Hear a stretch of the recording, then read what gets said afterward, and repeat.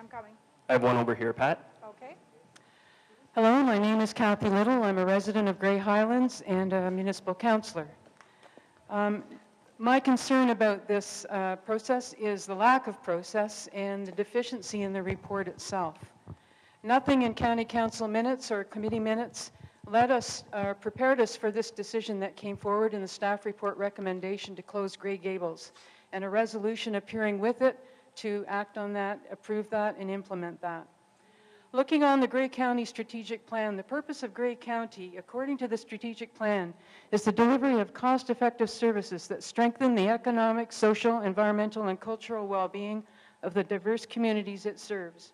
My questions are about the deficiencies in the report, and they are questions to County Council.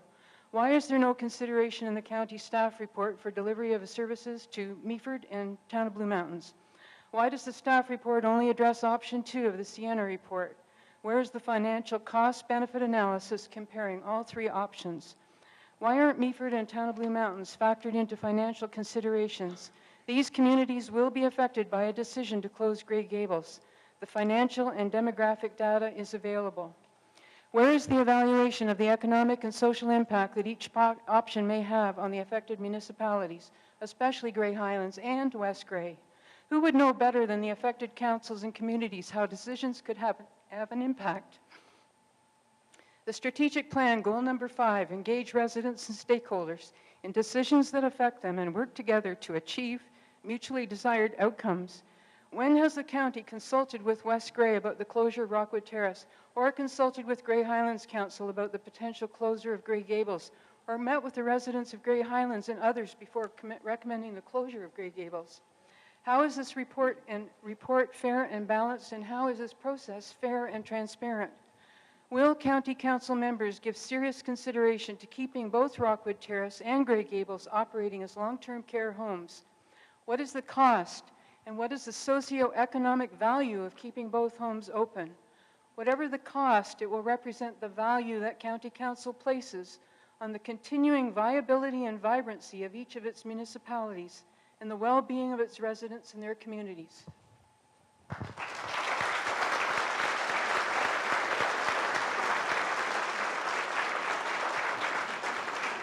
Thank you, and I would highly recommend that we were all listening to you and trying to capture your thoughts, and that I would hope you would put them into the website so that, again, this is a consultation process. You've asked good questions.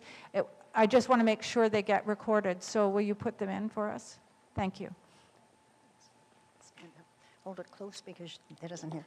Thank you. My name is Carol Lawrence. I'm a West Grey councillor, and I'm a member of the Save Rockwood committee that we've been working on for a year.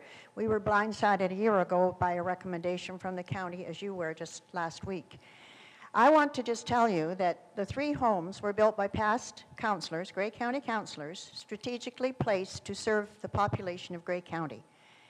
It was not a mistake, as has been voiced by some councillors, but good planning. Back then and now, we had a high priority of seniors. There have never been empty beds. There's always been a waiting list. Does that not tell you they're still needed in all of these areas? We need diversity for the very same reasons that we've been fighting for a year to hold our beds in Durham. The reasons that were valid for us are now valid for you. If you strip the beds out of Markdale, you're going to do the same thing as it would have done to Durham, stripping them out. You have people from Blue Mountains and Meaford, Singhampton, and Dundalk come to Markdale. It's too far to Durham. Likewise, from Hanover, Chesley, Mount Forest, Ayton, it's too far from Durham to Markdale. We need both of the homes. I really feel that the county has only looked at one solution. There are others that you should be exploring. You could be looking, you say that we need retirement homes, and I agree with you. You've got 3 pods at Grey Gables of 22. If you built 10 beds on each of those 2, you'd have the ideal size of 32 pods. You have one 22-bed pod left that could be turned into a retirement home. You could build that other pod on that was always planned for there. You'd have a continuum of care. You could do the same thing in Durham, build the 100 beds, build a retirement wing. And as someone just said, retirement homes are money makers. That would help you, would offset the levy, the draw on the levy. the money that... Thanks, Carol. Thank you.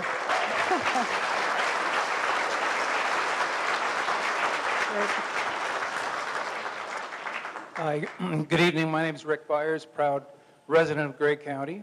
And throughout my career, including my time at the OMERS pension plan, I was involved in projects like we're talking about tonight, and invariably they involved numbers. So at root of what we're talking about tonight are financial issues. Frankly, I'm surprised that there's not much financial data in the report we saw tonight. So I have two specific questions for you. Question number one, you said that each year Grey County spends about $6.2 million per year to support long-term care facilities. So you must know exactly how much will be saved by the recommendation you're putting forward to council. Could you tell us specifically how much is being saved?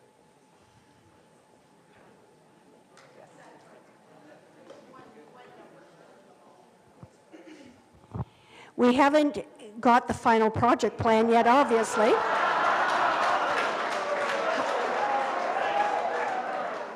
However, the numbers that were identified in the Sienna Living Project, or the consultant report, estimated $600,000 annually would be saved with the one solution and $700,000 with the other on an annual basis. Question number two. The recommendation, it seems this whole conversation is triggered because of the condition of the facility in Durham. So we're having this discussion because of a condition of a building in another municipality, which is difficult. My second question is specifically, how much will it cost to do the renovation to the Rockwood facility? And if you were to turn that facility into an assisted living facility instead of long-term care, how much cheaper would that be, thereby potentially allowing long-term care to continue in Markdale?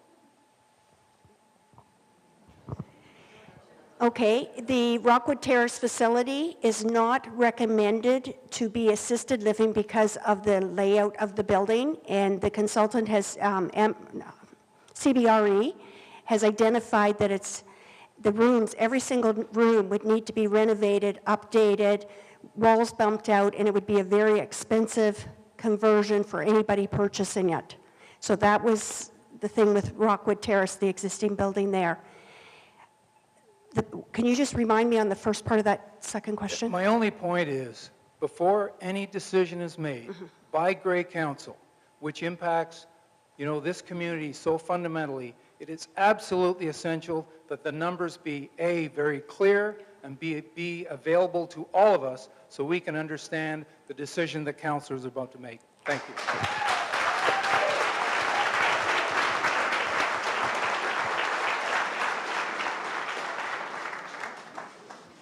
Good evening.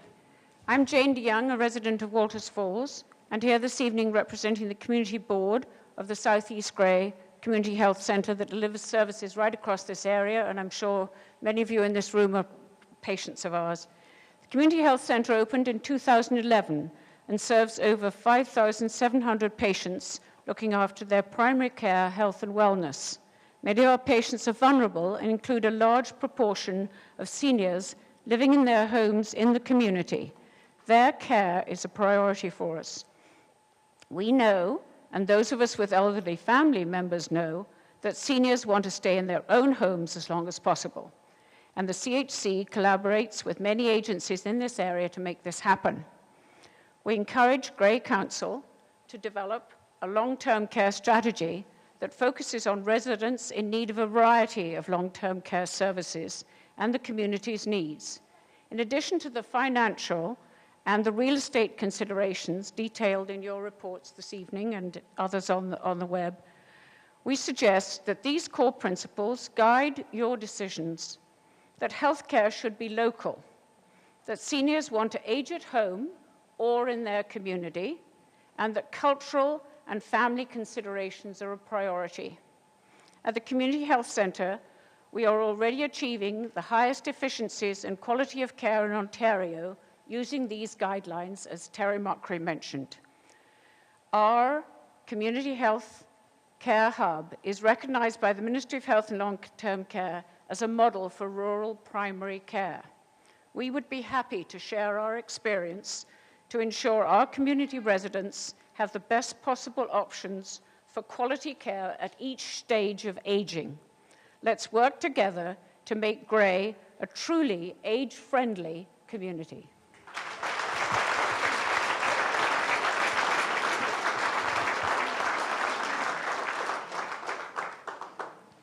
Thanks. I am speaking to the audience and certainly to the members of Grey County Council and local council here. Good evening.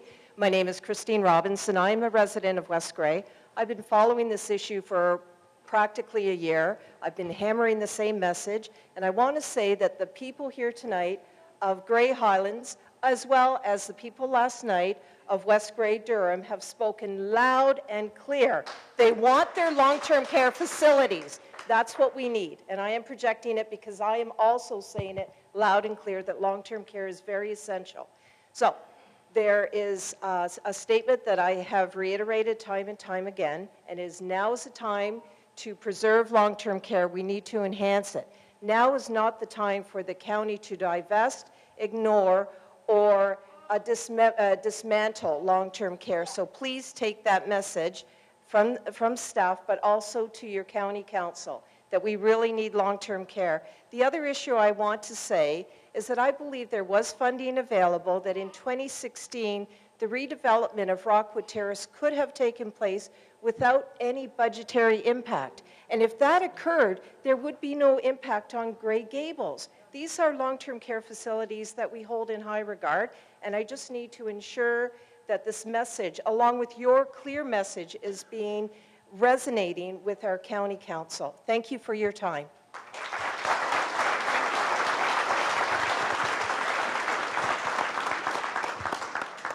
Thank you. Lynn Silverton from Grey Highlands. I have noticed, and I hope you all did, when you came in, all of the past wardens sitting on the chairs, shaking hands with everybody who would speak to them. That is why we have the number of beds here, because of good planning. Also, where Grey Gables is, there has always been a facility there.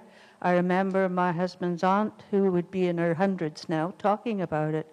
So there is no reason for it not to stay there because of the history. Also, our MPP Bill Walker is here. And Bill, I don't know if you read it, I certainly did. He stood up in Queen's Park and certainly spoke to this issue insofar as the funding was concerned, and I think we all owe him a huge thank you.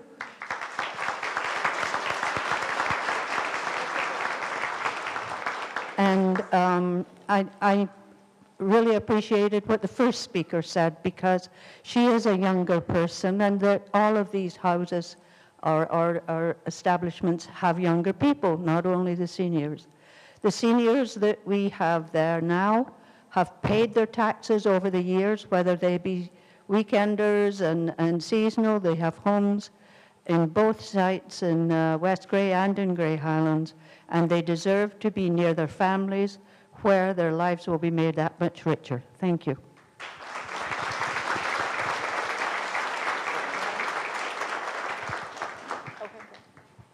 Hello, Akash Desai from Grey Islands.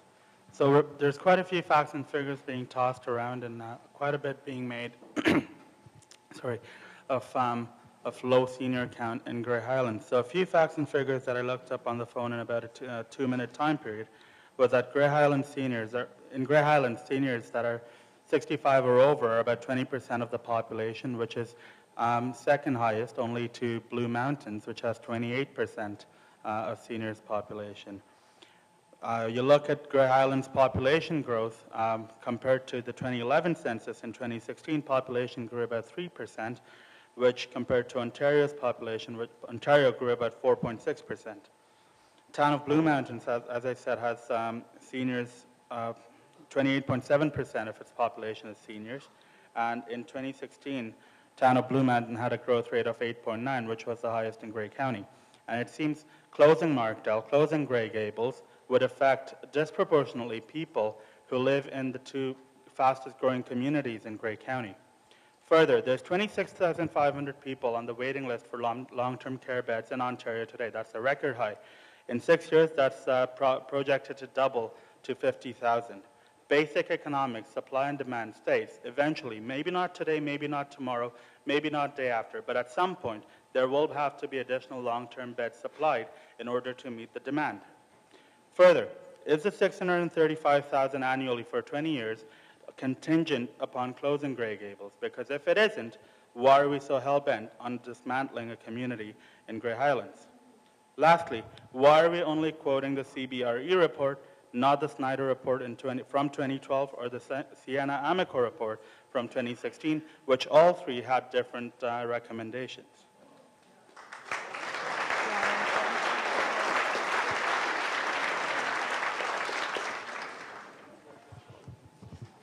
Hi, I'm Drew Finucane, Regional Vice President and Executive Board Member of OPSU. A lot of really great points have been raised here this evening, and I think the message is pretty loud and clear, and I hope the council representatives who are in the room this evening are listening pretty loudly to that. I mean, at the end of the day, it's the tax-paying dollars of the people that are in this room and the tax dollars of the people who are not here this evening. It's the tax dollars of the people that were here last night at the consultation that paid for these homes and put these homes here. They bought it, they own it, they want to keep it. And I really, really hope that the council listens to that loud and clear, because at the end of the day, it's the people in this room that put you in the positions that you're in right now to make this decision.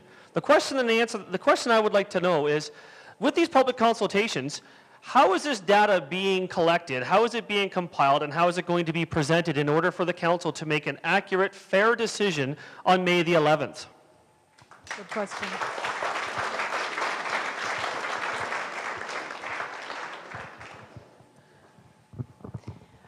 As I mentioned at the outset of both this meeting and last night's meeting, we are taping. We will transcribe everything. We've made a number of other avenues for people to provide information to us, the phone number, the email address. Some of you have written to us already. All of that information will be compiled. Where there are open questions, such as those posed by the councillor from Grey Highlands, will ensure that those are answered, but council will get a summary of all of the topics and a sense of the level of interest and you know how much repetition there was of various points that were made during these sessions and everything that happens now over the month of April. So how is that data weighted? I'm sorry, I don't think that we intend to do anything other than bring it together and put it forward to council. What are you asking, sir? I mean, I think the message is pretty loud and clear. Like, I think I don't think there are really many people here that are for this plan. So you're going to compile all this information together to present it to council, but I don't think you're going to get much other information to put with it. So I'm asking, how is it weighed? How is it going to be put together? Is it accurate? Where is this information come from? Is it all there? Is there anybody in this room that's in favor of this plan? No. That's a pretty loud message. We have a question at the back here, Pat. All right. All right. I have one at the back here, Pat. You've made your point. That's why we're here tonight. And this is a democracy, right? So that we get to speak our voice to our councillors. That's what we're doing. We've all elected these people. That's how it works. And this is our opportunity to give them our opinions. So thank you for doing that. I think that calling the vote in the room spoke to what the message is in the room. And so that's helpful. Thank you. Rob has a question at the back. Yes, my name is John Black. I live in the middle of the former township of Glenelg, which borders on both Markdale and Durham. I've lived there all my life, and over the past many years, I've had the opportunity to visit many residents of both homes in Durham and in Markdale. I've never heard anybody that was living there make a negative comment about the treatment they were getting in either home. If it's felt necessary to build a new home in Durham, so be it. But what is the problem is the selling of Grey Gables in order to use the money to help to finance a new home. So that's just my comment.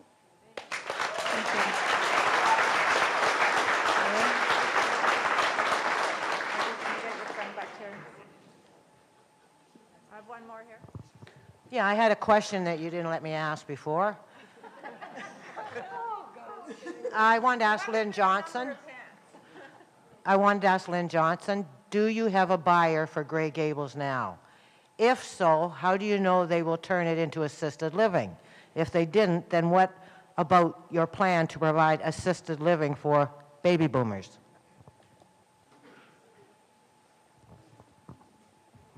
This is a recommendation. We have not sold Grey Gables. We have not got a buyer. We have not sourced that out because this is still early in the process, offering suggestions to meet future needs.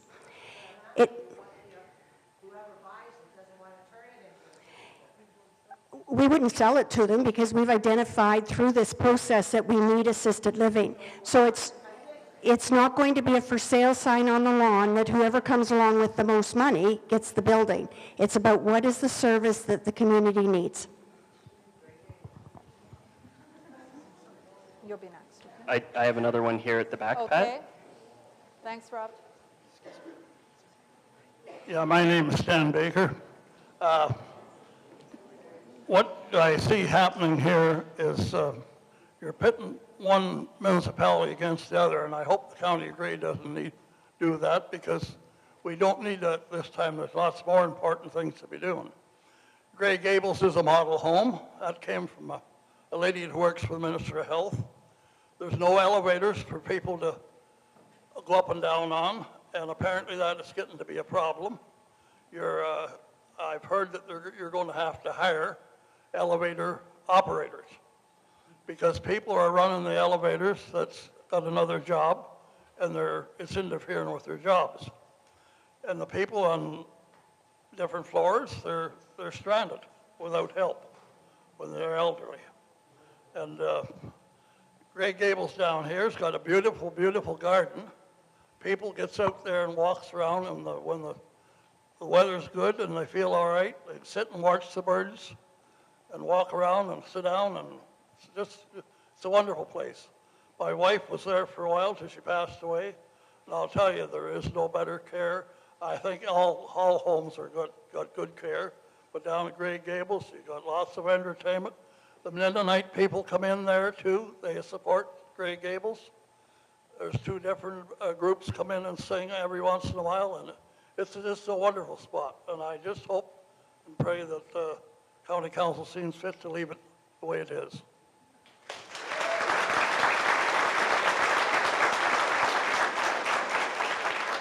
You ready? Yeah. I'm Norma, and I'm a concerned senior citizen.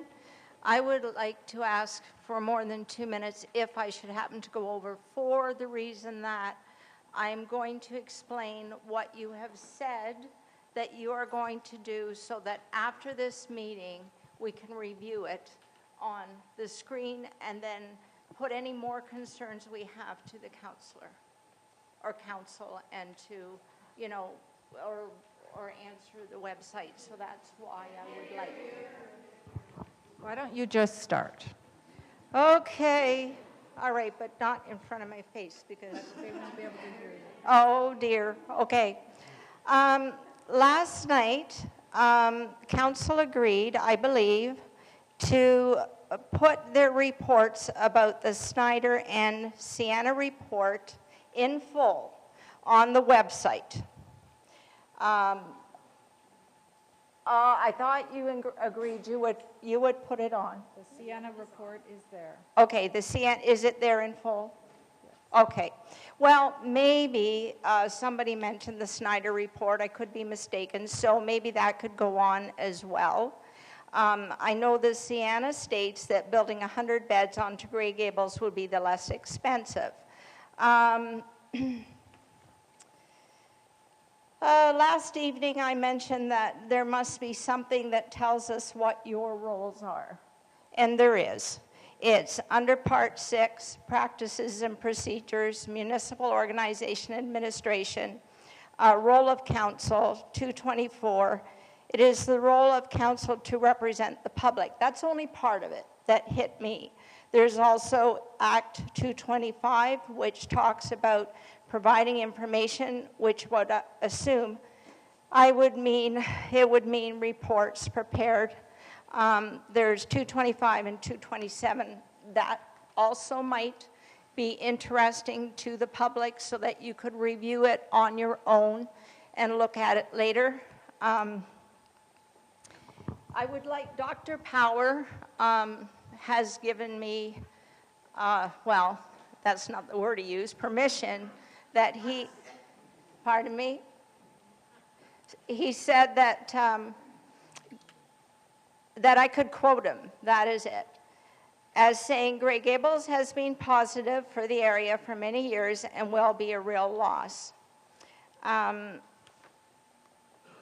believe before you go ahead, an economic impact study should be done for the Sienna scenario 1 and 2 and a cost-benefit analysis on hiring a management support company.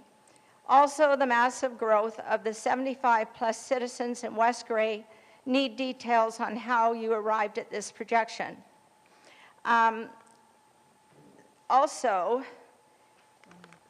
okay, one more point. Okay, let me see which is the most important. Okay, the last point is, you have mentioned that Grey Gables would be perfect for an assisted living facility. There's quite a bit of room in some of the rooms that people live in. Grey Gables has 689 square feet per bed. Rockwood has 616 square feet per bed. And Lee Manor has 606 square feet per bed. What size criteria would be used in a new 100-bed facility? What size would those rooms be? Would we put a shoebox? 689? Yes. So the design standards, you can also, are the design standards on the website?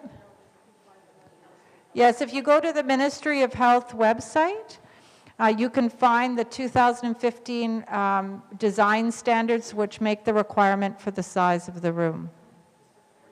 Yes? Those are the current standards in the province. Yes. We haven't got to a design yet. We have to do the minimum. The minimum is quite a bit, actually. Yes, yes. So there was a number of points reiterating what's been said in terms of on the website, grey.ca, are all these reports. The Sienna report is there. All that information is there. You will be, the council will be as transparent as they can with all of you with the reports. If there are reports that you want to see, I suggest you send an email. If we can help you, we will. Rob?